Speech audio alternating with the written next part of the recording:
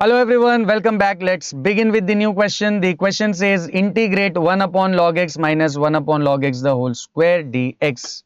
Slightly tricky question, so without wasting any time, let's quickly begin with the solution. First of all, जो भी हमें integrate करना है, as usual उसको हम क्या consider कर लेंगे? I. So we have I equals to integral 1 upon log x minus 1 upon log x the whole square dx. अब ये देख के ही थोड़ा सा कॉम्प्लिकेटेड दिख रहा है, तो क्या हम इसको सिंप्लीफाई करने के लिए ये जो log x है इसको एक नया वेरिएबल t सब्सटीट्यूट कर सकते हैं? यस, कर सकते हैं। उससे क्या एडवांटेज होगा? अगर मैं log x को t सब्सटीट्यूट कर दूं तो ये हो जाएगा 1 अपॉन टी और ये हो जाएगा 1 अपॉन टी स्क्वायर। तो काफी सिंप्लीफाइड फॉर्म में ये कन्वर्ट हो जाएगा, right? So in order to simplify this we are substituting log x equals to some new variable t, right? अब इंटीग्रेशन में रूल क्या है? Whenever you substitute you have to differentiate it also. तो अगर हम इसको डिफरेंशिएट करें with respect to x तो log x का डेरिवेटिव क्या हो जाएगा? 1 अपॉन x एंड t का derivative with respect to x क्या हो जाएगा? dt by dx।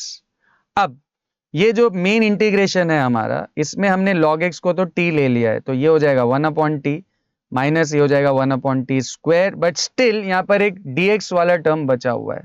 अब रूल क्या कहता है कि जब हम कोई नया वेरिएबल t सब्सटीट्यूट करते हैं तो पूरा का पूरा क्वेश्चन हमारा उस नए वेरिएबल के फॉर्म में कन्वर्ट हो जाना चाहिए। मतलब ये dx को भी हमें कौन से फॉर्म में कन्वर्ट करना है?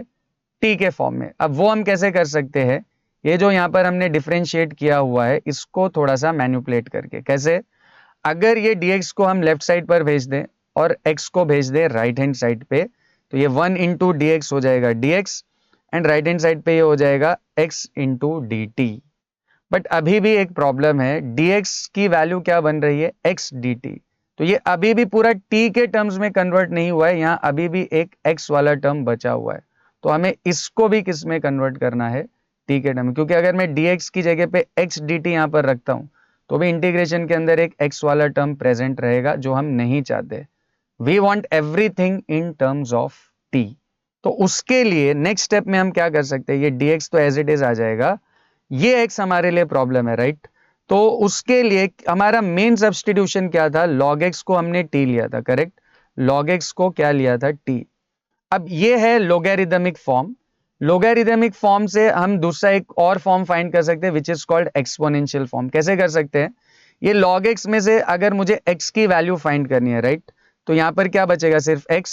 अब ये log मुझे यहां नहीं चाहिए, log चला जाएगा राइट हैंड साइड पे, तो log राइट हैंड साइड पे जाकर क्या बन जाएगा? e to the power right hand side. मतलब इस पर्टिकुलर केस में x इक्वल टू क्या हो जाएगा? e रेस टू t हो जाएगा, e raise to t। I hope this is clear to everyone.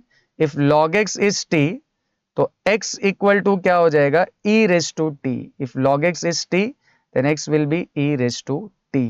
तो यहां पर भी हम x की जगह पर क्या रख सकते हैं? e रेस टू t रख सकते हैं। तो ये हो जाएगा e raise to t into D T. तो इससे हमें क्या एडवांटेज हो गया है? ये पूरा t के टर्म्स में कन्वर्ट हो गया है। अब नेक्स्ट स्टेप में जो हमारा मेन इंटीग्रेशन है ये वाला, इसमें log x को तो हमने t लिया हुआ है, राइट? log x की जगह पे क्या आ जाएगा? t। तो ये हो जाएगा 1 अपॉन टी, फिर माइनस ये भी log x की जगह पे t रखेंगे तो ये हो जाएगा 1 upon T square, so minus 1 upon T square. और dx की जगह पर क्या आ जाएगा? e raise to T D T, e raise to T D T. अब माय डियर स्टूडेंट्स, इस पर्टिकुलर केस में ये जो 1 अपॉन टी है, do you know what is derivative of 1 upon T? Derivative of 1 upon T is minus 1 upon T square. तो ये function है और साथ ही साथ ये उसका डेरिवेटिव है। तो ये देखकर कहीं ना कहीं हमें रियलाइज हो जाना चाहिए कि ये एक पर्टिकुलर प्रॉपर्टी के साथ मैच हो रहा है। And what is that property? The property is this: integration e raise to x into f of x plus f dash of x d x equals to e raise to x into f of x plus c. तो ये भी e raise to x, ये x की जगह t के terms में, so e raise to t ये हमारा फंक्शन है और ये उसका डेरिवेटिव है, right? So function and derivative, तो इसकी वैल्यू क्या होती है? e raise to x f of x plus c. तो हमारे केस में क्या हो जाएगा? e raise to t into f of x. तो एफ ऑफ एक्स हमारे केस में कौन है भाई? 1 अपॉन टी।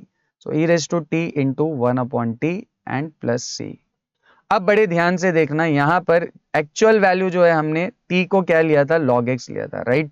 तो जहां भी t दिख रहा है वहां पर हम क्या सब्स्टिट्यूट कर सकते हैं, log x। बट इसमें ये जो e रेस टू t है, तो क्या हम e रेस टू t को डायरेक्टली x भी लिख सकते हैं? यस, लिख सकते हैं। तो instead of substituting t as log x, हम सीधे e रेस टू t को क्या सब्स्टिट्यूट कर देंगे, x। तो ये हो जाएगा x, और 1 अपॉन टी में t की जगह पे हम क्या रख देंगे, log x। तो ये into 1 upon log x and plus c। So ultimately ये क्या हो जाएगा, x upon log x plus c। I hope this is clear to all of you. See you in the next video.